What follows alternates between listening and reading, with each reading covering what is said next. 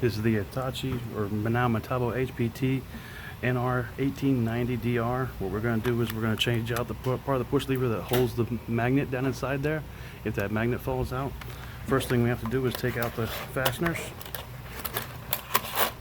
Take out the fasteners. Then we're going to remove the magazine. We've got a bolt in the back to take out. It's a 4mm hex. Take out that 4mm hex. What's in between, there's a washer. Don't lose that, but it's between the housing and the magazine. Now we have to take off the front two bolts here that hold on the magazine. Go ahead and pull back the push lever a little bit and depress it. Now you can get access to that bolt right there. And take both of those out. And the magazine falls right off. Take those bolts out. Set your magazine off to the side. Now we have to remove all the Phillips head screws that are holding the magazine together, or holding the housing together. Well, no. Next we have to take off this top cap. It's got a number 6 hex on the top, 4 bolts. Take those off.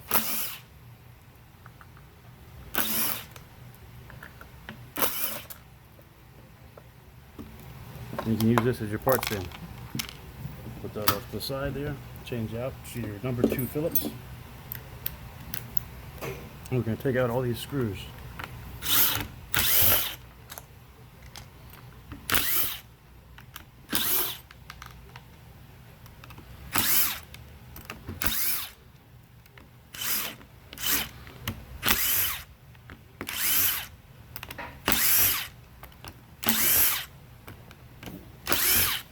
All of these screws are the same size and length, so you don't have to worry about mixing them up.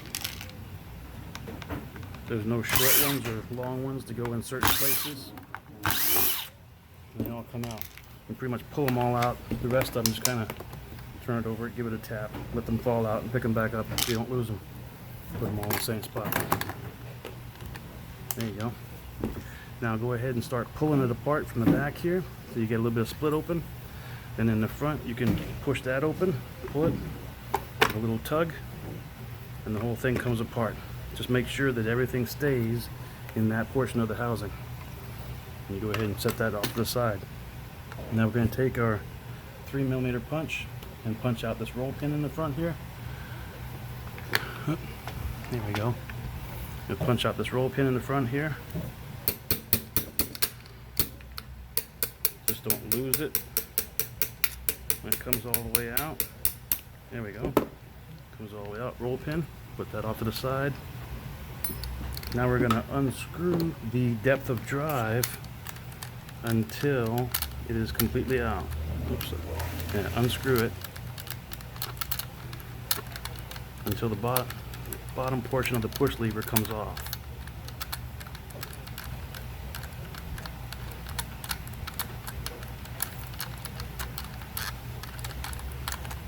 Alright, that portion comes off. Now in the nose, there's a slot right here. Right now that push lever B is stuck in there, but all I gotta do is pull it up just a little bit and it can go through that slot and it comes right off. Comes right off. Now you've got to take off this portion here. You can take and put this in a vise, put a rag around, pinch it in a rag and put it in a vise, and then take a 10mm and take this nut off. Be careful because this is also where the detent bearings are, so don't lose. There's 2 little bearings and 2 little springs inside of here. Don't lose those. Now you go ahead and throw your old part away that's missing the magnet, get your new part that has the magnet, and go ahead and put this portion back on. Same thing, just going ahead and put this in a vise, put that on there, screw it down on, make sure your bearings and your springs are in there.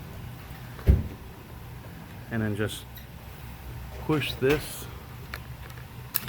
back down in there, make sure it goes in the slot there, and push it through and push it down a little bit so it holds and it's not coming out. And you take your push lever A. Oh, I forgot, the portion that has the magnet in it is part number 372305, pushing lever B.